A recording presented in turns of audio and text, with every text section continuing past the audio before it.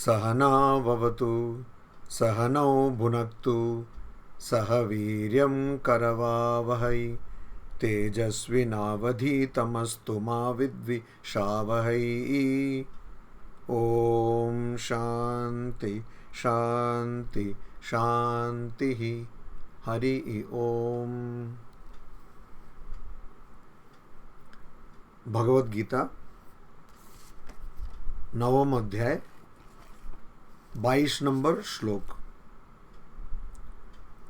अनन्याश्चिन्तयन्तो माम्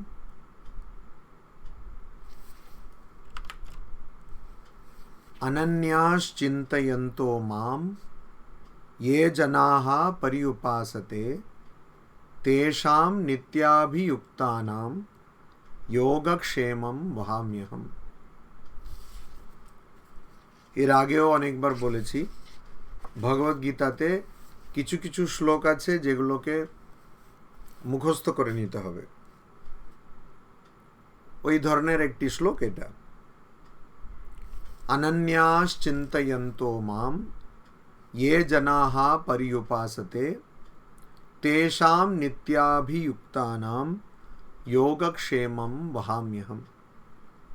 अनन्याः যারা ভিন্ন নয়, ভিন্ন যে নয়, অনন্য, বাংলাতেও সে কথা আছে, অনন্য যে ভিন্ন নয়, মাম আমায়, চিন্তয়ন্তঃ ধ্যান করে থাকে, ইয়ে যারা, জনাহ যে মানুষগুলো, পরিউপাসতে যে আমার পুজো করে থাকে, যে আমার পুজো করে। পরিউপাসতে অর্থাৎ পুজো করা, কিন্তু উপাসতেও পুজো করা, ধ্যান করা। পরিউপাসতে অর্থাৎ একটা নির্দিষ্ট জায়গায় কেন্দ্রিত করে পুজো করা, অর্থাৎ একটা নির্দিষ্ট তত্ত্বকে বা নির্দিষ্ট দেবতাকে পুজো করা।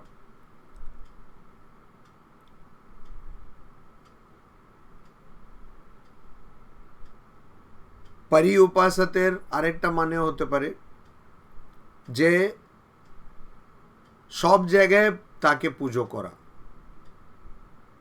সর্বব্যাপী যে ব্রহ্ম তার পুজো করা, বা সব জায়গায় ছড়িয়ে রয়েছেন যে ভগবান সর্বব্যাপী তার পুজো করা।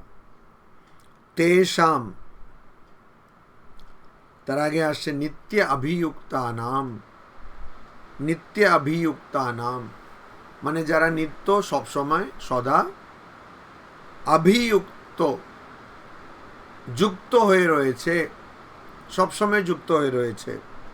তেষাম তাদের, তাদের, আহম আমি, এখানে আমি বলতে ভগবান শ্রীকৃষ্ণ অর্থাৎ ভগবান স্বয়ং। যোগক্ষেমম, যোগ অর্থাৎ কি বাংলাতে আমরা বলি যোগ। যোগ মানেটা কি? ওইটাই, যোগ করে দেওয়া, অর্থাৎ যেটা নেই সেটা জোগাড় করে দেওয়া। আর ক্ষেমম মানে যেটা আছে তার সংরক্ষণ, যেটা নেই সেটাকে পাইয়ে দেওয়া, আর যেটা আছে তার সংরক্ষণ করা। যোগক্ষেমম বহামি, সেটা আমি করি। বহামি মানে আমি বহন করি। বহন করি এটা কি কোনো জিনিস বা কোনো মানুষ যাকে এক জায়গা থেকে আরেকটা জায়গায় নিয়ে যাবে? না। তো বহন করি অর্থাৎ দায়িত্ব পালন করাকেও বহন করা বলা হয়, বাংলাতেও বলা হয় দায়িত্ব। সেই দায়িত্বটা আমি পালন করি, সেই আমার দায়িত্ব। ভগবান এখানে দেখুন, ভগবদ গীতাতে কিছু কিছু শ্লোক আছে যেখানে ভগবান, আমি যেটাকে বলি মানি ব্যাক গ্যারান্টি দিচ্ছেন। এখন তো আমরা কোনো জিনিসপত্র কিনলে এখন আর গ্যারান্টি নেই, ওয়ারেন্টি আছে বড় জোর। আর মানি ব্যাক পলিসি আছে, সেটাও সব কিছুতে নেই। আর 30 দিনে হবে, তারপরে তো আর হবে না। আর এখানে তো ভগবানকে আমরা কোনো টাকা তো দিচ্ছি না, ওই কথার ছলে বলা যাবে, মানে এমনি কথার কথায় বলা যাবে মানি ব্যাক গ্যারেন্টি, কিন্তু ভগবান গ্যারেন্টি দিচ্ছেন। কি গ্যারেন্টি দিচ্ছেন? যে তুমি আমার সম্বন্ধে চিন্তা যদি করো, আমি তোমার সব কিছু দেখে নেব। ওয়াহামি, এটা নিজে বলছেন, ওরকম হয়ে যাবে এটা বলছেন না। মানে যে ভগবানের চিন্তা করে তার এগুলো হয়ে যাবে এই কথা বলছেন না, কিন্তু আহাম ওয়াহামি, আমি নিজে দেখব, এটা একটা খুব বড় কথা। আর এই ধরনের কথাগুলো জগতে যত ধর্ম রয়েছে বা ধর্মীয় গ্রন্থ রয়েছে সেগুলোতে কিছু কিছু থাকে, কিন্তু খুব বিরল। তো এখানে আমাদের কি বলছেন, কি করতে হবে, বা কীরকম মানুষের তিনি এটা করবেন? আচ্ছা, প্রথমে আমাদের বুঝতে হবে কি করবেন। যোগক্ষেমম, অর্থাৎ যেটা নেই, যেটা লাগবে, যেটা প্রয়োজন কিন্তু নেই, সেটা দিয়ে দেবেন। আর যেটা আছে তার সংরক্ষণ করবেন। তাহলে বাকি কি রইল? আমরা যেগুলো বলি কাজ কাজ কাজ, কাজের কি লক্ষ্য? সাধারণত কাজের লক্ষ্য এটাই, যেটা আমার কাছে নেই সেটা আমি পাওয়ার জন্য চেষ্টা করছি, তার জন্য কাজ করছি, আর যেটা আছে তার সংরক্ষণের জন্য খেটে মরছি। তো আমি যদি ভগবানের চিন্তা করি, আমাকে এটা করতে হবে না, অর্থাৎ সেই অর্থে কর্ম করতে হবে না। তার মানে কি যারা ভগবানের নাম করেন তারা অকেজো হয়ে যান? এটা একটা প্রশ্ন আসবে। তাহলে কি তাদেরকে আর কোনো কাজ করতে হবে না? হ্যাঁ, কাজ করতে হবে না কোন অর্থে? যেটা আমরা সাধারণত কাজ বলতে যা বুঝি সেই কাজ আর করতে হবে না। আমাদের যে কাজ সেগুলো কি কোনো কিছু গড়ে তোলার কাজ? এটা ভাবতে হবে। আমাদের সাধারণত এই ধারণা থাকে যে আমরা কাজ করছি, অনেক কিছু করছি, যেটা না করলে খুব অসুবিধা। তাই কি আমরা কি সেরকম কাজ করছি? যেমন ঠাকুর শ্রী রামকৃষ্ণ, তাঁর কাজ, স্বামী বিবেকানন্দের কাজ, শ্রীমা সারদা দেবী, তাঁর কাজ আর আমাদের কাজ, এটা কি এক? আমরা কি সে কিছু গড়ে তোলার জন্য বা কোনো দৃষ্টান্ত সৃষ্টি করার জন্য কাজ করছি? একটু ভেবে দেখলেই মনে হবে যে না, আমরা কাজ করছি, আসলে আমরা যে কাজ করছি সেটাই অকাজ। আমরা কি কাজ করছি? আমরা বলতে পারেন যে ফেঁসে গেছি। ওই যে দলদলে ফেঁসে যায় না, আটকে যায়, তাতে যদি বার বেরিয়ে আসার জন্য চেষ্টা করে আরও ভিতরে চলে যাবে। তো আমাদের অবস্থা ওই রকম। আমরা সংসারে ফেঁসে আছি। কার ভুলে ফেঁসে আছি? নিজের ভুলে ফেঁসে আছি। এখান থেকে বেরোনোর চেষ্টা করছি কি না? আমরা ভাবছি এই যে অনন্ত দুঃখ, তো অনেকে বলবে যে মহারাজ কোথায় অনন্ত দুঃখ, আপনি আশ্রমে আছেন বলে এরকম মনে হচ্ছে, আসলে আমরা তো সব মজাতেই আছি, আনন্দেই আছি, কোথায় অনন্ত দুঃখ?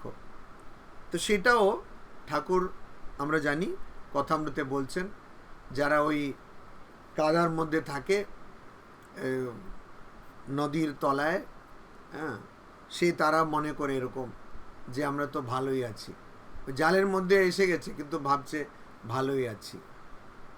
তো ওই রকম আমরা যে কাদার মধ্যে রয়েছি, আমরা ওখান থেকে আরও ছটপট করতে যদি থাকি তাহলে আরও ভিতরে চলে যাব।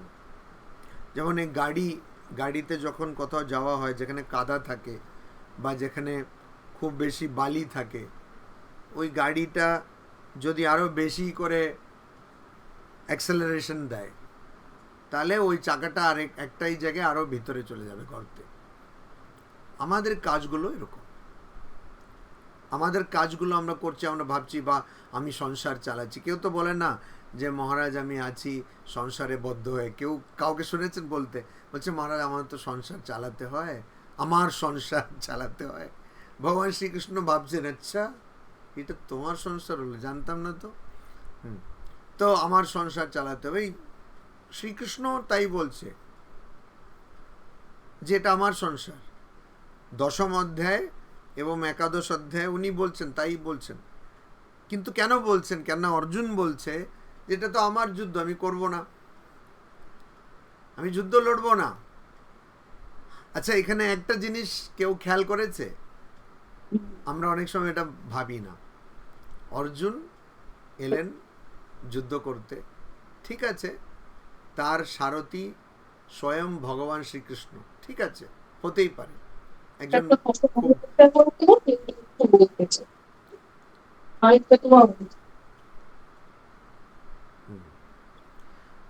হতে পারে খুব ভিভিআইপি আপনার সফর, মানে সারথিকে যারা একটু বেশি ইংরেজি ঝাড়তে চায় আর কি, দেখাতে চায় যে আমি অনেক কিছু জানি, তারা বলে সফর, তারা ড্রাইভার বলে না, এই সফর। যখন ড্রাইভারকে কেউ সফর বলে বুঝতে হবে যে ওর কাছে প্রচুর টাকা আছে। তো ওই সফর, তো সারথি। সম্ভবত একটু মিউট করে দিন না, সবাই একটু নিজের নিজের ডিভাইসটা দেখে নিন, মিউট রাখুন সবাই। হ্যাঁ, তো সারথি তো হতে পারে যে সারথি শ্রী কৃষ্ণ ভগবান স্বয়ং, ঠিক আছে। আর আমার মনে হয় একটু লেটই এলেন না অর্জুন যুদ্ধে, কেন সবাই ওখানে দাঁড়িয়ে গেল, তারপরে এসেছে, তারপরে বলছে এই দুটো সেনার মাঝখানে আমাকে নিয়ে যাও। হুম, একে দেরি করে আসছে, তারপরে এত তার বায়না, যাই হোক সেটাও হলো। আচ্ছা তুমি কি করে মনে করছো যে তুমি যদি না যুদ্ধ করো যুদ্ধ হবেই না? এটা তো বিশাল একটা ভাবনা না। তুমি মনে করছো যে আমি আর লড়বো না, আচ্ছা তোমার না লড়লে, আর তার জন্য কি যুক্তি দিচ্ছ যে যদি যুদ্ধ হয়, যে এক একটা কুলে এক একটা বাড়িতে যে রীতি রেওয়াজ থাকে, যে পরম্পরা থাকে সেগুলো নষ্ট হয়ে যাবে, আমরা কাদের জন্য যুদ্ধ করছি, তারাই মরে যাবেন, তখন আমরা কাদের সঙ্গে আনন্দ করব, সব কিছু অর্জুন বলছেন, ঠিক আছে। কিন্তু তুমি কি করে ভাবলে যে তুমি যদি যুদ্ধ না করো যুদ্ধ হবেই না? এখানে এই কথাটা আমরা সচরাচর এটা নিয়ে আলোচনা করি না, কিন্তু এখানে এটা ব্যাপার আছে। তার মানে তুমি এত মোহে আছো, এত অহংকারে আছো, ভাবছো তুমি যদি যুদ্ধ না করো হবে না। আরে যুদ্ধ তো হবে আলবাত, কেন? ভগবান ঠিক করেছেন যুদ্ধ হবে, ভগবান ঠিক করেছেন যুদ্ধ হবে। ধর্ম এখানে কি তার সিদ্ধান্ত হবে কে ঠিক করেছেন? ভগবান স্বয়ং ঠিক করেছেন। আর এই জন্য অন্য একটা পরিপ্রেক্ষিতে মানে ঠাকুর বলছেন না, যে শ্রীকৃষ্ণ যে শ্রীরাম সেই এখন শ্রীরামকৃষ্ণ, কিন্তু তোমার অদ্বৈত অর্থে নয়। তো অন্য পরিপ্রেক্ষিতে নরেন্দ্রনাথ বলছে আমি যাব না ওইসব। যাবে না বলে তোমার হার্ট যাবে, তুমি করবে কেন? আমি ঠিক করেছি তুমি করবে, আর কি? তো আমরা ভাবি অনেক সময় যে আমরা কাজ করছি, আসলে আমরা কাজ করছি না, তিনি করাচ্ছেন।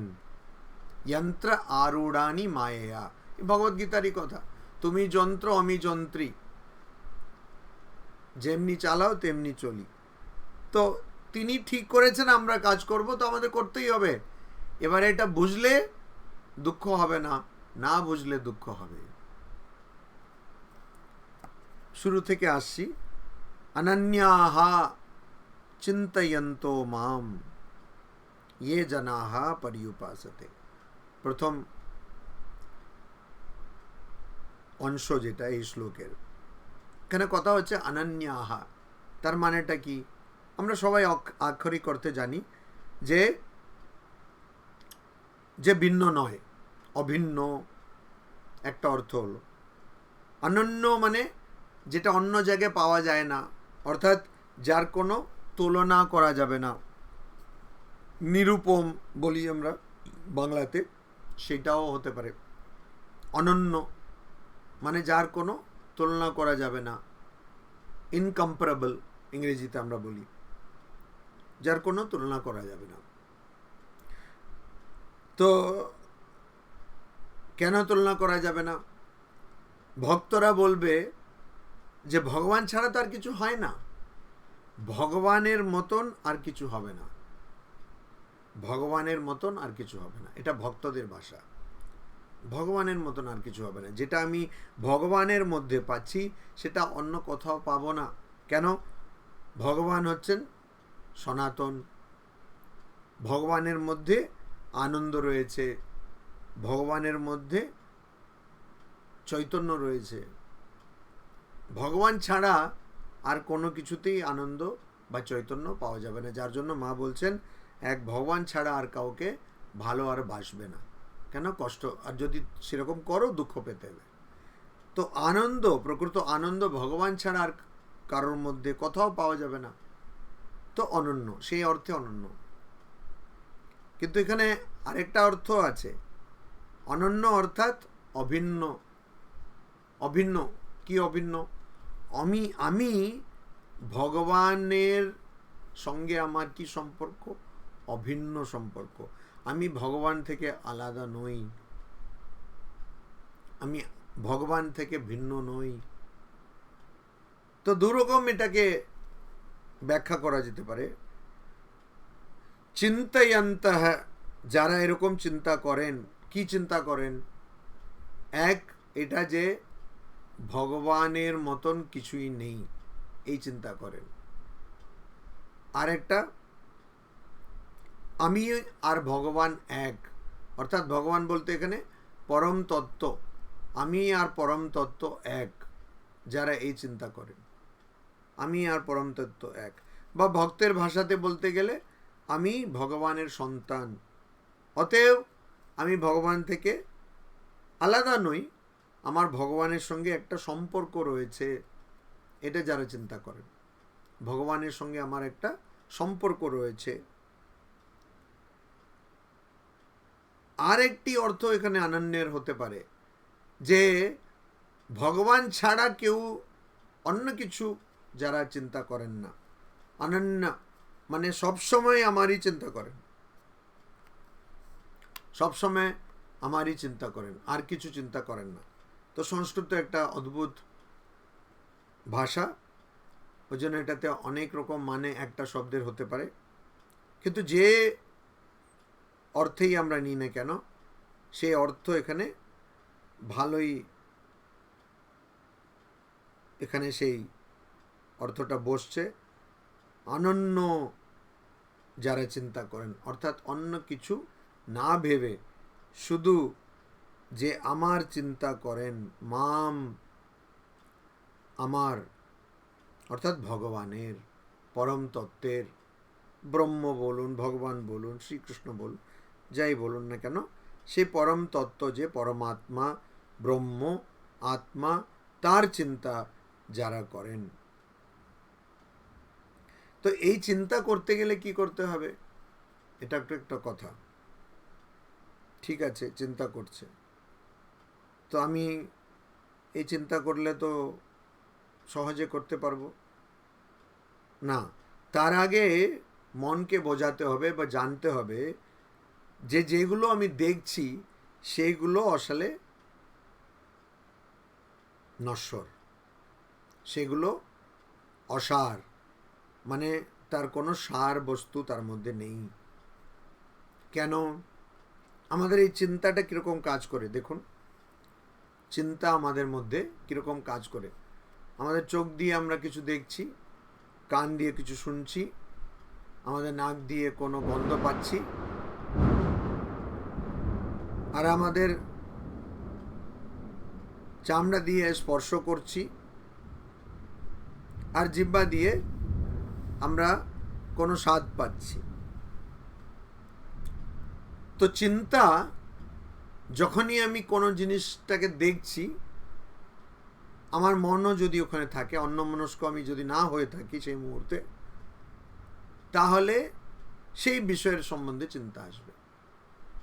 যতক্ষণ না আমার অন্য যে ইন্দ্রিয় বা সেই চোখই আর চোখের সঙ্গে, আর চোখ আর অন্য 4 ইন্দ্রিয় আর তার সঙ্গে মন অন্য কোনো বিষয়ের চিন্তা না করে, মানে সে অন্য কোনো বিষয়ে আকৃষ্ট যতক্ষণ না হয় ততক্ষণ আমি একটা জিনিস নিয়ে চিন্তা করি, এটাই ঘটে। আমার চোখের সামনে একটা হয়তো কোনো ছবি রাখা আছে, আমি সেটা নিয়ে দেখছি, যেই দেখছি সঙ্গে সঙ্গে একটা কোনো চিন্তা আমার মাথায় আসছে, কিন্তু সঙ্গে সঙ্গে একটা, এই যে আমি এখন কথা বলছিলাম, বাজ পড়লো, তো সঙ্গে সঙ্গে ওই চিন্তাটা যাবে, হ্যাঁ এখানে বৃষ্টি হচ্ছে, বাজ পড়ছে, এরকম চিন্তাটা পাল্টাবে। তারপরে হয়তো আমি দেখলাম ওখানে অনিলদা কি ঘুমাচ্ছেন না জেগে আছেন, এরকম একটা চিন্তা আসবে। হ্যাঁ, তো এখন অমিতার দিকে দেখতে পাচ্ছি, তো বলে হ্যাঁ আচ্ছা এটা তো পিছনে, তো এটা তো একটা স্ক্রিন, এটা তো ওনার বাড়ি নয়, হ্যাঁ গঙ্গাধারে তো উনি বসে নন, তো এরকম একটা চিন্তা আসবে। তো চিন্তার স্বভাব এরকম, আমার এই ইন্দ্রিয় আর মন যেখানে যেখানে যাচ্ছে সেখানে চিন্তা যাচ্ছে, এটাও এরকমই হবে, এটাই তার স্বভাব, মনের স্বভাব তাই।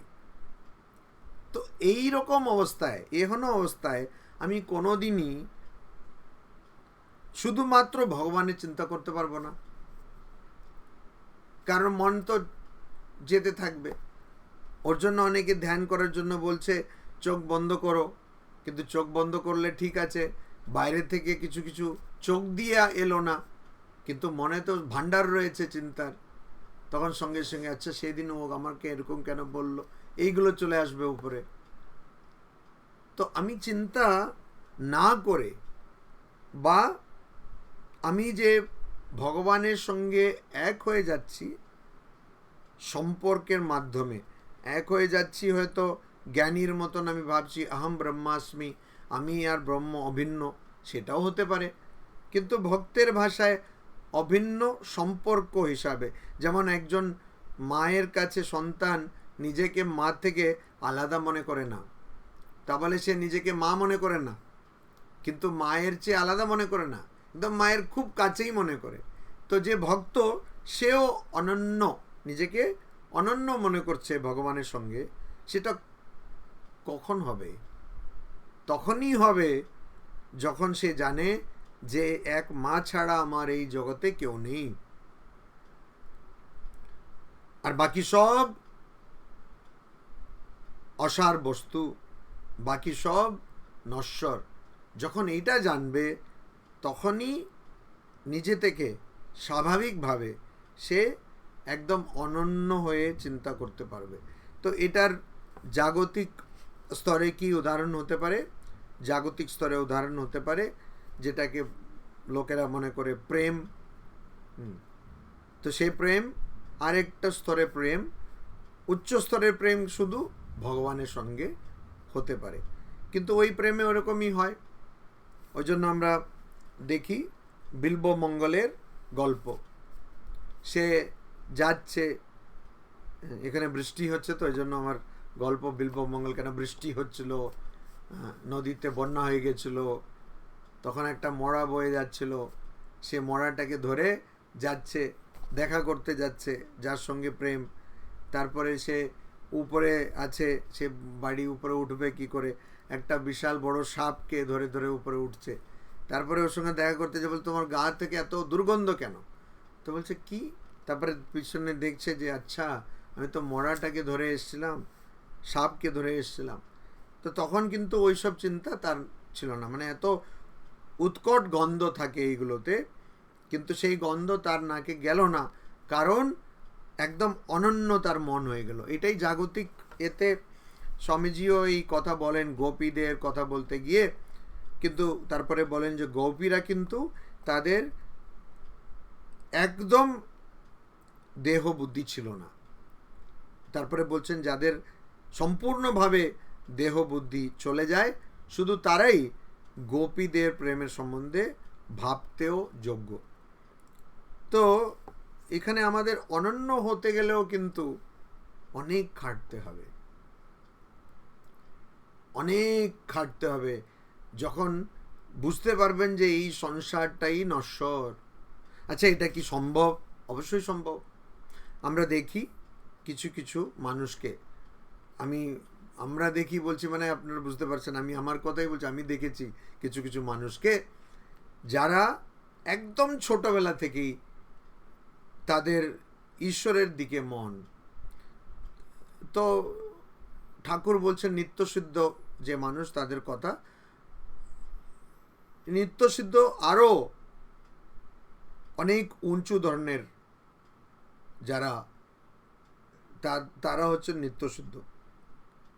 ওই কথাতেই আছে নিত্যসিদ্ধ, অর্থাৎ জন্ম থেকে তারা সিদ্ধ পুরুষ। কিন্তু আমি যাদের কথা বলছি তারা ছোটবেলা থেকেই তারা সিদ্ধ নন, কিন্তু পূর্ব জন্মে তারা কি করেছেন তাদের জন্য, সেই কারণে ছোটবেলা থেকেই, খুব ছোটবেলা থেকেই তারা ওই সংসারের প্রতি তাদের টান থাকে না, তারা সবসময় ভগবানের চিন্তা করেন। আচ্ছা, এটা অন্য ক্ষেত্রে ওটা দেখা যায়। আমি যেটা বললাম এখন ভক্তির ক্ষেত্রে, আধ্যাত্মিক বিষয়ে, কিন্তু কিছু কিছু বাচ্চাদের আমরা দেখি খুব ছোটবেলা থেকেই তারা সঙ্গীতে এত পারঙ্গত, মানে এত তারা জানেন, তার হয়তো বয়স 1 বছর 2 বছর, সে এত ভালো তবলা বাজাচ্ছে। 2 বছর, আমি একটি খুব ছোট মেয়েকে দেখেছিলাম, তার বয়স 3 বছর, সে 300-র চেয়ে বেশি রাগ জানে, আলাপ করছে। তার মানে তার আগের জন্মের স্মৃতি সেটা ওখানে কাজ করছে। ইদানিং একটা দেখি, একটা বাচ্চা ছেলে, বাঙালি, খুব বাচ্চা, সে তো 2 বছর এরকম, 2-3 বছর, তার ম্যাক্সিমাম 3 বছরও হয়নি, 2-3 বছর। তো তার মধ্যে কিন্তু তার বাবা গান করেন, সেই সব গান করছে, খুব সুন্দর গান করে, এ করে। তো কি করে এটা হলো? ভালো করে কথাই বলতে পারে না, গান কিন্তু ভালো করে। তো এই ক্ষেত্রে আমরা দেখি যে অনেক জন্মান্তরের সাধনার ফলে এরকম একটা অবস্থায় পৌঁছানো যায়। তো যদি জাগতিক জিনিসের ক্ষেত্রে এমন হয়, তাহলে অবশ্যই আধ্যাত্মিক বিষয়েও এটা আরও বেশি খাটতে হবে। তো অনন্যা আমি এটা এই কারণে বলছি, আমরা এর আগেই অষ্টম অধ্যায়ে দেখলাম অষ্টম অধ্যায়ের শেষের দিকে বলা আছে যে যখন শরীরটা ত্যাগ করা হয়, যখন মানুষ মরে, তখন যে চিন্তাটা একজনের মধ্যে থাকে, সেই চিন্তার অনুরূপ তার পরের জন্ম ঠিক হবে। তো অনেকে ভেবে থাকেন যে আচ্ছা ঠিক আছে, আর তো অনেক সময় আছে, মরার তো অনেক সময় আছে, তো এখনই এত তাড়াহুড়ো করার কি দরকার, যখন মরবো তখন চিন্তা করলেই তো হলো। তো ওরকম হয় না, ওটার জন্য আগে থেকেই করতে হবে, নাহলে কি হবে। এটাও আমি একজন সবসময়, এটাও আমি দেখেছি নিজেই, সবসময় একজন টাকা নিত পকেটে দিত, তারপরে ওর ওই মাথা কাজ করছিল না শেষের দিকে, তো শুধু কিন্তু হাতটা ওরকম চুপ থাকছে না, হাতও এরকম যাচ্ছে, পকেটে যাচ্ছে, পকেটও ফাঁকা, হাতও ফাঁকা, কিন্তু পকেটে যাচ্ছে। এটাও যেমন দেখেছি। আরেকজনকে দেখলাম, তিনি খুব বড় একজন সাধক, তাকে বলা হতো সুদামাজি মহারাজ। তিনি বৃন্দাবনে ছিলেন, আর আমি দেখেছি ভেন্টিলেটরে আছেন আশ্রমেই, ওনার আশ্রম ছিল একটা, তখন আমি বৃন্দাবনে ছিলাম, আমরা সব গিয়েছিলাম দেখতে, আর ভেন্টিলেটরে আছেন, অর্থাৎ ওনার নিজের সজ্ঞান কিছু নেই, কিন্তু ওনার হাতে তুলসী মালা আছে, আর জপ চলছে তুলসী মালা উনি জপ করছেন, সে আঙ্গুল ঠিকই চলছে, কিন্তু এদিকে ভেন্টিলেটরে আছেন। হ্যাঁ, তো ওইটাও দেখেছিলাম। তখন ওনার বয়স, কেউ বলছিল 105, কেউ বলছিল 107, কেউ বলছিল 104, যাই হোক 103-এর বেশি। তো ওইটাও হয়। তো এটা অনেক পরিশ্রম করার পরে, অনেক সাধন করার পরে কি অবস্থা একজন পায়, যে সব সময় সে ভগবানের চিন্তা করছে, অন্য কিছু চিন্তা করছে না, নিজেকে ভগবান থেকে অভিন্ন মনে করে, আলাদা না মনে করে চিন্তা করছে, কেননা ওই ভগবানের আর কোনো তুলনা নেই, নিরুপম, তার চিন্তা করছে। আর কিরকম চিন্তা করছে? পরি উপাসতে, পরি তার সঙ্গে যোগ হলো উপাসতে, উপাসতে, পরি উপাসতে, অর্থাৎ সেই ভগবানকে সে সব জায়গায় চিন্তা করছে। সব জায়গায় বলতে বুঝতে হবে শুধু স্থান নয়, সময়ও বটে। শুধু স্থান নয়, সময়, মানে সব সময়, সব পরিস্থিতিতে, সব অবস্থাতে, সব অবস্থাতে। একবার দেখেছিলাম সেবা প্রতিষ্ঠানে একজন মহারাজ খুব অসুস্থ। অসুস্থ মানে যেদিন আমরা দেখতে গেছিলাম তার পরের দিনই তার শরীর চলে গেল। তো তাকে একজন মহারাজ যিনি গেছিলেন, যার সঙ্গে আমিও গেছিলাম, তিনি জিজ্ঞেস করছেন, মহারাজ কি আপনি বুঝতে পারছেন তো? তো ওনার চোখের পাতা পড়ে যাচ্ছে, মানে এতই দুর্বল শরীর, উনি আর দেখতে পারছেন না চোখ খুলে, কিন্তু বলছেন হ্যাঁ হ্যাঁ। তো মহারাজ কিছু বলো না, বলছেন ব্রহ্মই সত্য, ব্রহ্মই সত্য, ব্রহ্মই সত্য, এরকম বলছেন। তো সব সময়, সব অবস্থাতেই পরি উপাসতে, অর্থাৎ সব সময়, সব অবস্থাতে, সব জায়গায়, সব কালে, আর যে কোনো কারণ হোক না হোক, সব সময় ভগবানের চিন্তা করছে। তো এরকম মানুষ কখন হবে? এরকম মানুষ যখন সম্পূর্ণভাবে ইচ্ছা বলে কিছু থাকবে না, ইচ্ছাই থাকবে না। আচ্ছা, কি করে বুঝবো একজনের ইচ্ছা নেই? তো এটা খুব কঠিন কিন্তু বোঝা। তবে একটা আছে যেটা দিয়ে আমরা, একটা লক্ষণ আছে যেটা দিয়ে আমরা বুঝতে পারি যে কারোর ইচ্ছা আছে কি না। কি তার সেই লক্ষণটা কি? লক্ষণ হচ্ছে সহজ। যদি কেউ খুব বিনয়ী হয়,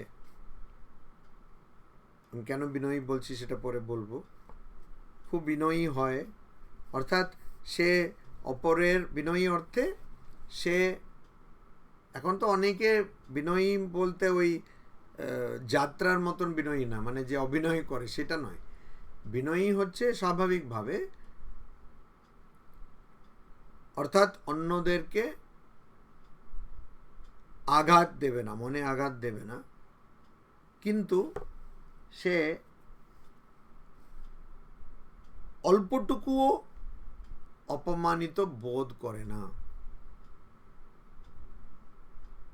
মানে একটুও অপমানিত হয় না। কখনো তার মনে হয় না যে আমার নাম খারাপ হবে। তখন বুঝতে হবে যার এরকম অবস্থা, তার প্রকৃতপক্ষে একেবারে কিছুই, কোনোই ইচ্ছা বলে কিছুই নেই, সম্পূর্ণ ইচ্ছা মুক্ত অবস্থা। তো তা যদি হয় তাহলে ওটা কি হবে? মা বলছেন নির্বাস নাই মুক্তি, তার মানে সে জীবন মুক্ত মানুষ। তো এখানে প্রকৃতপক্ষে ভগবান শ্রীকৃষ্ণ ইয়ে জনাহা বলে যাদের কথা বলছেন, তারা বেদান্তের ভাষায় বলতে গেলে তারা জীবনমুক্ত, বা ভক্তির ভাষায় বলতে গেলে তারা ওই পরাভক্তির অবস্থা পেয়ে গেছেন, সেই অবস্থায় পৌঁছে গেছেন। তো যারা এরকম করেন, যারা এরকম করেন,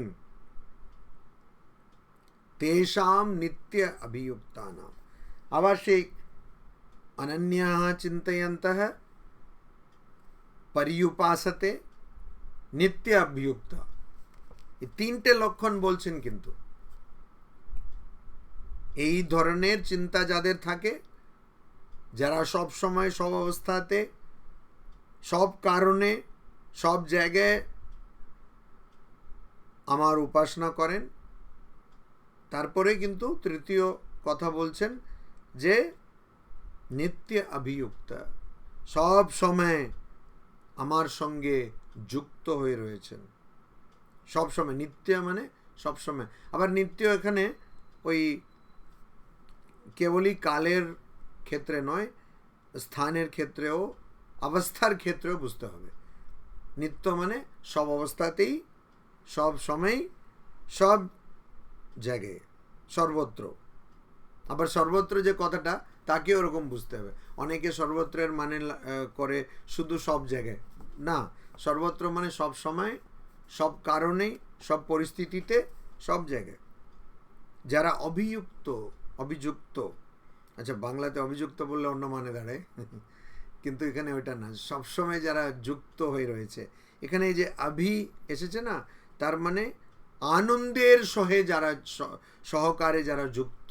এখন যুক্ত তো অনেকে আছে, বলছে কি হলো, হ্যাঁ একে আমার স্বামী, কত বছর বিয়ে হলো, হ্যাঁ 30 বছর ধরে কোনো রকম চলছে, কি করব,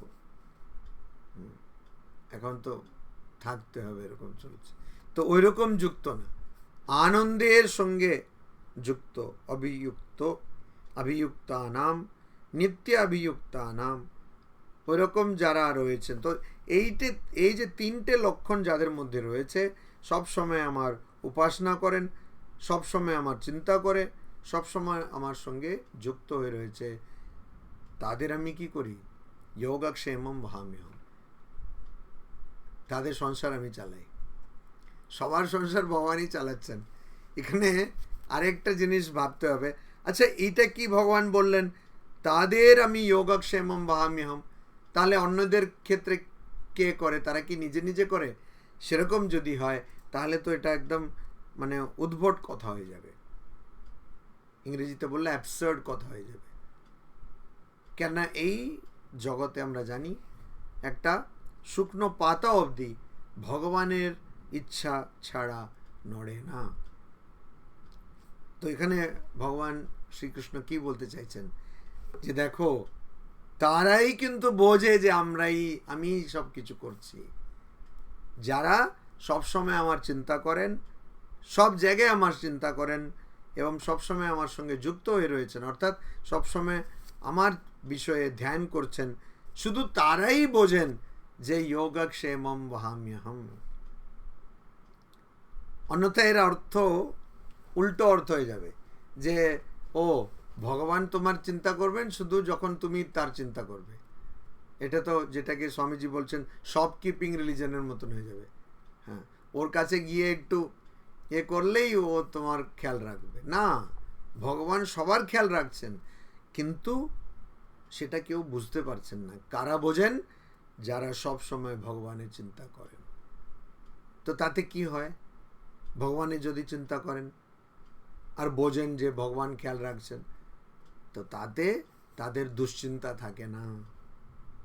তারা মনে করেন না যে আমি কাজ না করলে কিছুই হবে না, আমি সংসার না চালালে আমার সংসার বন্ধ হয়ে যাবে, এটা তারা মনে করে না। তো এটার জন্য অনেক অনেক উদাহরণ রয়েছে। আমি দুটি উদাহরণ দেব, এই দুটোই আপনারা হয়তো জানেন আগে থেকে। একটা হচ্ছে এই যে ভগবদ্গীতার একটা ভাষ্য দিয়েছেন ভগবৎপাদ শঙ্করাচার্য। সেই ভাষ্যের ব্যাখ্যা করেছেন সেই শঙ্করাচার্য পরম্পরাতে যিনি এসেছিলেন, একজন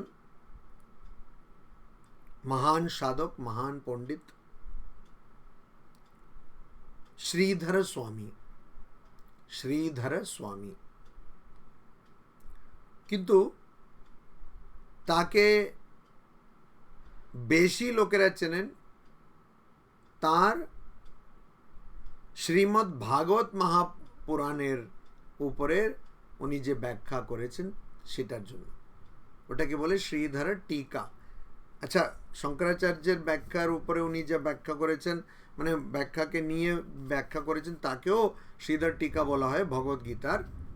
কিন্তু উনি বেশি বিখ্যাত শ্রীমদ্ মহাভাগবত পুরাণের ব্যাখ্যার জন্য, যেটাকে বলে শ্রীধর টিকা। কি হয়েছিল? মূলত উনি একজন অদ্বৈত বেদান্তি, কিন্তু টিকা লিখেছেন ভাগবতের উপরে, যেটা প্রধানত ভক্তি গ্রন্থ বলে ধরা হয়।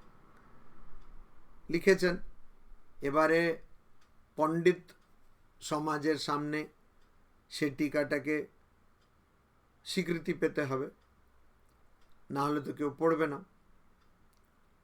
তো পণ্ডিতরা দেখলো যে এটা আবার কীরকম হলো, আমাদের পরম্পরা ধরে আমরা ভক্তি চর্চা করে এসেছি, আর এই মাঝখান থেকে এসে একজন অদ্বৈত বেদান্তি হুট করে টিকা লিখে চলে যাবে, আর আমাদের এই টিকা পড়তে হবে। তো যেটা আমাদের সবার খুবই স্বাভাবিকভাবে, বিশেষ করে আমাদের ভারতবর্ষে থাকে, সেটা হচ্ছে ঈর্ষা।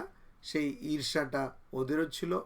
তখন ওরা বললেন যে না, এই টিকাটা আমরা তখনই গ্রহণ করব যখন এই টিকাটা তুমি এক পালতে বসবে আর পাশের এতে এই টিকাটা রাখা হবে, আর তোমার ভারের চেয়ে বেশি ভার এটা থাকবে।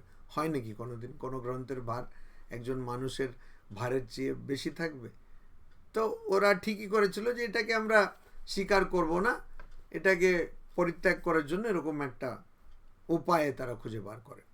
ভালো কথা। তো ঠিক সেরকমই বসা হলো। ঘটনাটা বলা হচ্ছে কাশিতে ঘটেছে। তো ওরকম বসা হলো, বসে তারপরে দেখা যাচ্ছে ও মা, গ্রন্থটা একদম নড়ছে না। শ্রীধর স্বামী উপরে চলে গেছেন ওই পল্লাতে, আর এই পল্লা নিচেই থাকছে, একদম নড়ছে না। তখন এরা ভাবলো, বাপরে এটা কি হলো? তখন পিছন থেকে একটি দৈবী বাণী শোনা গেল যে अहम वेद्मि शुको वेत्ति व्यासो वेत्ति न वेत्ति वा श्रीधरः सकलम वेत्ति श्री नृसिंह प्रसादतः। अर्थात भगवान स्वयं बोलছেন আমি জানি, আর শুক অর্থাৎ শুকদেব জানে, আর व्यास वेत्ति न वेत्ति वा অর্থাৎ ব্যাস হয়তো জানে, হয়তো নাও জানতে পারে। শ্রীধরা সকলম বেতি, আর শ্রীধর স্বামী সে সব কিছু জানে। শ্রী নৃসিংহ প্রসাদত হ্যাঁ, ভগবান বিষ্ণুরই অবতার নরসিংহ। তো ওইটা বলা কারণ বৈষ্ণব সম্প্রদায়ের মধ্যে বেশিরভাগ সম্প্রদায় কিন্তু নরসিংহ অবতারকে ইষ্ট দেবতা হিসেবে পূজা করে। তো এটা শোনার পরে পণ্ডিত সমাজ বলল, না, এটাই খুবই প্রামাণিক যে ব্যাখ্যা। এই জন্য আজকেও সমস্ত বৈষ্ণব সম্প্রদায়ে ওই শ্রীধর টিকাকেই প্রামাণিক ধরা হয়, যদিও উনি অদ্বৈত বেদান্তি ছিলেন। তো সেই শ্রীধর স্বামীর জীবনে ঘটনা, শ্রীধর স্বামীর স্ত্রী মারা গেছেন, ওই বাচ্চাকে জন্ম দিতে গিয়ে মারা গেছেন। তো বাচ্চার ডেলিভারি হলো, এনারও ডেলিভারি অন্য জায়গায় চলে গেল। হ্যাঁ, এনার পুরো প্যাকেজ কনসাইনমেন্ট হয়ে গেল আর কি।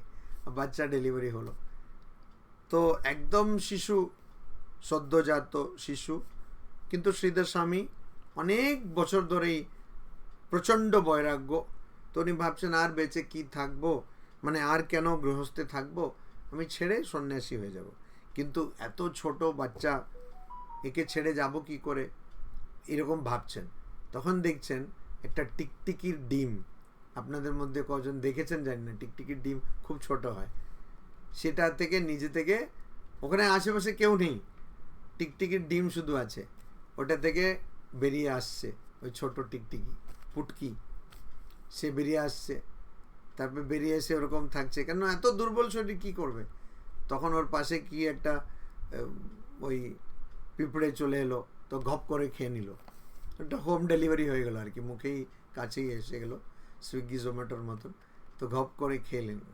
তারপরে একটু জোর পেয়েছে গায়ের, তারপরে একটু আরও যাচ্ছে, আরেকটা পোকাকে খেয়ে নিল। তো এই শ্রীধর স্বামীর চোখের সামনেই এই টিকটিকি কিছুক্ষণের মধ্যে এইসব খেয়ে তার গায়ের জোর, অথচ কেউ ছিল না, শুধু ডিম ছিল। তো শ্রীধর স্বামী ভাবছেন, আচ্ছা আমি ভাবছি আমার বাচ্চাকে কে দেখবে, কিন্তু টিকটিকি যার কেউ ছিল না আশেপাশে, সে নিজে থেকে তার সব কিছু হয়ে গেল। ওই জন্য আমি বৃথাই এটা ভাবছি বলে উনি বাড়ি ত্যাগ করে দিলেন। আর একটা ঘটনা যেটা কথামৃতে ঠাকুর বলছেন, এটা সবাই জানে, তাও আমি এখানে মনে করে দিচ্ছি, যে একটি বাচ্চা ছেলে খুব শিশু অবস্থায় একজন সন্ন্যাসী তার মানে কুটিরের সামনে, তার কুটিয়ার সামনে চলে আসে। তো সে ওকে মানুষ করে, বড় হলো। তো সন্ন্যাসী তো রোজ ভিক্ষা করতে যান। তো এই ছেলেটি যখন একটু বড় হলো, তো তাকে বলেছেন, ও হয়তো ওরকম 13-14 বছর বয়স এরকম হয়েছে। তো তাকে বলছে, চলো এবারে আজকে আমার সঙ্গে ভিক্ষা করবে, তুমি ওইদিকে যাও, আমি এদিকে যাচ্ছি। ঠিক আছে। এবারে ও গেল একটা বাড়িতে। তো বাড়িতে গেলেই দেখছে যে, তো ও আর কোথাও যায়নি ততদিনে ও কোথাও যায়নি, শুধু ওই গুরুর কাছে থাকতো। আর গুরু ছিলেন, ও ছিল। এই প্রথম বাইরে গেছে, একটা বাড়িতে গেছে, দরজায় দেখা দিয়েছে, তখন ভিতর থেকে একটি মেয়ে চলে এসছে। তো মেয়েকে দেখছে, মেয়েকে দেখেইনি ও আগে, মেয়েকে দেখছে, ওর বুকের দিকে দেখছে, দেখছে দুটো ফোড়ার মতন আছে। তো বলছি, তো তোমার কি হলো, দুটো এরকম বুকে ফোড়া হয়ে গেল কেন, কিছু গন্ডগোল হয়েছে? তো মেয়ে তো গেল ঘাবড়ে, সে ছুটে গিয়ে মাকে বলছে, মা দেখো এসব কি আবল তাবল বলছে, এসে দেখো। তো মা এসেছেন, মাকে দেখিয়ে বলছে, আবার তোমারও এরকম সব ফোড়া হয়ে রয়েছে। তো মা বুঝলেন ওর সঙ্গে কথা বলে যে কিছু জানে না, এই প্রথমবার বেরিয়েছে। তো মা ওকে সব কিছু বোঝালেন। তো এই ব্রহ্মচারী ভাবছে, আচ্ছা এরকম ব্যাপার, ভগবান কোনো মেয়ের হয়তো বাচ্চা হতেও পারে, নাও হতে পারে, কিন্তু ভগবান আগে থেকে তার খাবার সন্ধান জুটিয়ে রেখেছেন, এই স্তনের মাধ্যমে সে দুধ পাবে, এরকম। আর আমি এত বোকা, আমি ভিক্ষা নেওয়ার জন্য বেরিয়ে এসেছি। হ্যাঁ, যে বাচ্চা এখন জন্মায়নি তার জন্য ভগবান যেখানে ব্যবস্থা করে রেখেছেন, তো আমার ব্যবস্থা করবেন না বলে ওইসব ভিক্ষা পাত্র ছুড়ে দিল। তো ওইটাই এখানে, অনন্যাহা চিন্তয়ন্ত মাম ये जनाः पर्युपासते तेषां नित्याभियुक्तानां योगक्षेमं वहाम्यहम्। যখন এটা বলা হচ্ছে তার মানেটা কি, ভগবান সবারই যা তোমার দরকার সেটা, আর যেটা তোমার কাছে আছে সেটাকে সংরক্ষণ করছেন, কিন্তু এটা তুমি বুঝতে পারছো না। কখন বুঝবে? যখন সব সময় তুমি ভগবানের চিন্তা করবে। এটাতে আরেকটা মানেও আছে। কি করে বুঝবে? সবসময় ভগবানের চিন্তা করলে। আচ্ছা, সবসময় যদি ভগবানের চিন্তা করেন আর কোনো কাজ করতে পারবেন না? এটা অনেকের প্রশ্ন থাকে। কেউ যদি বলে যে সবসময় ভগবানের চিন্তা করো, মহারাজ ওরকম করলে কি চলে কি? বা গুরুকে বললো, গুরুজি ওরকম করলে কি চলে? আমার তো প্রচুর কাজ। যখনই কেউ এরকম বলে আমার প্রচুর কাজ, তার মানে চিন্তা করতে চান না আপনি। তো চিন্তা করলে, সবসময় যদি ভগবানের চিন্তা করে, তাহলে আর কোনো কাজ করতে পারবে? কখনোই করতে পারবে না। কি করে করতে পারবে? সেই মন দিয়ে শুধু, ঠাকুর যদিও বলছেন যে মন 16 আনা মন, এক অংশ তুমি একে দেবে সংসারকে, আর 15 অংশ ভগবানকে দেবে। কিন্তু যদি সবসময় সব অবস্থাতেই ভগবানের চিন্তা করে, তাহলে কাজ করতে পারবেন না, কিন্তু তার সংরক্ষণ ঠিকই হবে, তোমার করতে হবে না কাজ। এত গূঢ় অর্থ এর মধ্যে রয়েছে। আর লাইফ ইন্স্যুরেন্স কর্পোরেশনের মোটো এটা, योगक्षेमम वहाम्यहम। আগে ওরা বলতো ক্যা, জীবন মে ভি মৃত্যু মে ভি, এরকম সব বলতো। এখন বোধহয় বলেন না, কিছু একটা আছে ওইসব ওদের মোটো, কিন্তু এইটাই হচ্ছে ওদের মোটো, योगक्षेमम वहाम्यहम। যে আমরা তোমাদের যা আছে তার সংরক্ষণও করব, যেটা নেই সেটা আমরা জুগিয়ে দেব, কিন্তু এটা ভগবান করেন, ভগবান করেন। অতএব যে নিজেকে মনে করে আমি সব কাজ করছি, তার দ্বারা কোনো কাজ হবে না। কেন, কোনো দিনই কোনো জীবের দ্বারা কোনো কাজ হয় না, কাজ কেবল ভগবানের দ্বারাই হয়। যখনই মানুষ মনে করে যে আমি কাজ করছি, তখনই ভগবান তার প্রমাণ করে দেন। সেটা কেদারনাথের যে খুবই বড় দুর্ঘটনা হয়েছিল ওটার দিয়ে হতে পারে, বা অন্য দুর্ঘটনা হতে পারে, বা ভালো ঘটনাও হতে পারে, যে কেউ কোনো কাজ করেনি অথচ খুবই ভালোভাবে সব কিছু ঘটে গেল। তো ওই শুধু ভগবানই কাজ করেন, আর কেউ করেন না। এটা যদি প্রমাণ পেতে চান, তাহলে আপনাকে কি করতে হবে? শুধু ভগবানের চিন্তা করতে হবে।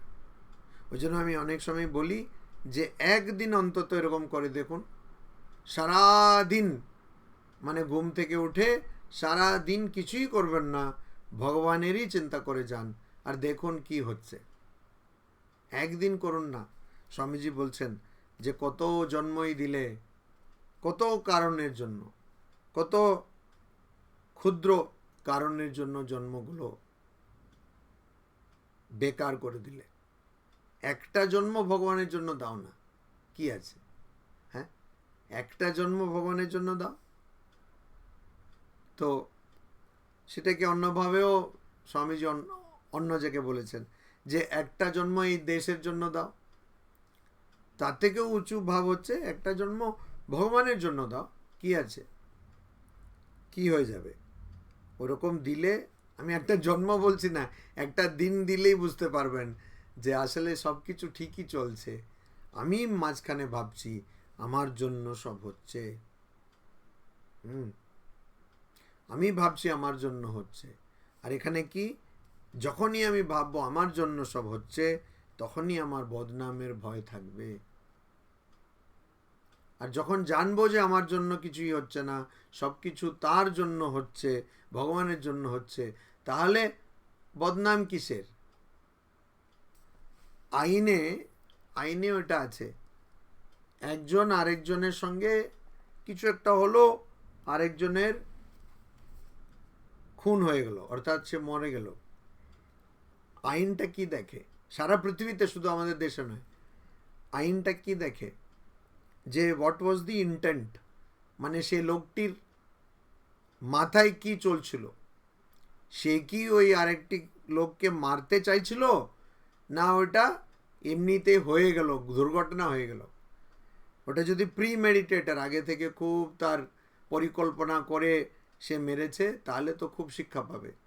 আর যদি দুর্ঘটনা হয়ে থাকে, অনেক সময় কোনো শিক্ষাই, মানে কোনো তার শাস্তি হয় না, শাস্তি হয় না। তো এখানেও তাই, আমি যদি মনে করি আমি করছি বা আমি অনুভব করছি, তাহলে আমাকে শাস্তি পেতে হবে দুঃখের রূপে। আর আমি যদি বুঝতে পারি যে আমি করছি না, তাহলে আমি সবসময় আনন্দে থাকব। বদনাম তো শুধু শরীর আর মন হয়, কোনোদিন আত্মা বদনাম হয় না। তো এই সব কথা এই শ্লোকের মধ্যে রয়েছে। এই জন্য এটাকে বুঝতে গেলে আমাদের কি করতে হবে? সব সময় ভগবানের চিন্তা করতে হবে। আর ভগবানের চিন্তা করলে আর কিছু করতে হবে না, কেন আর কিছু করাও যাবে না, আর কোনো বিষয়ের চিন্তা করাও যাবে না। সব সময় ওইটাই ঠাকুর বলছে না, এক অংশ দিয়ে সংসারের চিন্তা করো। ওখানে একটা পাল্টা প্রশ্ন যদি করা হয়, যদি সেই এক অংশ দিয়েও আমি সংসারের চিন্তা না করি, মনের 16টা ভাগ, 16 ভাগ দিয়েই যদি আমি ভগবানের চিন্তা করি, তাহলে কি হবে? তাহলে আমার কোনো চিন্তাই করার দরকার হবে না। আমার যা দরকার সব ভগবান, তার থেকে বেশি। যে মা প্রার্থনা করেছিলেন, মোটা ভাত আর কাপড় যেন অভাব না হয়, তো মোটা ভাত আর কাপড় তো পেয়েই যাচ্ছি না। তো যাই হোক, অনেকে বলছে, মারাম এটা মোটা ভাত কাপড়, আপনি ভাবছেন হ্যাঁ, এই পরিভাষাটা পাল্টাতে হবে তাহলে। তো ওইটাই, আমাদের যদি চিন্তা না করি, তা কিন্তু তাওতেও অনেকে চিন্তা করে করে মরে যাচ্ছে, আহা আশ্রম কি করে চলবে, এটা কি করে হবে ইত্যাদি। সেটাই ভুল। তো চিন্তা করার কোনো দরকার নেই। আর চিন্তা না করলে আমরা বুঝতে পারবো যে ভগবান আমাদের সব কিছু সংরক্ষণ করছেন আর সব কিছু জুগিয়ে দিচ্ছেন। ওম শান্তি শান্তি শান্তি। হরি ওম তৎসৎ। শ্রীরামকৃষ্ণার্পণমস্তু।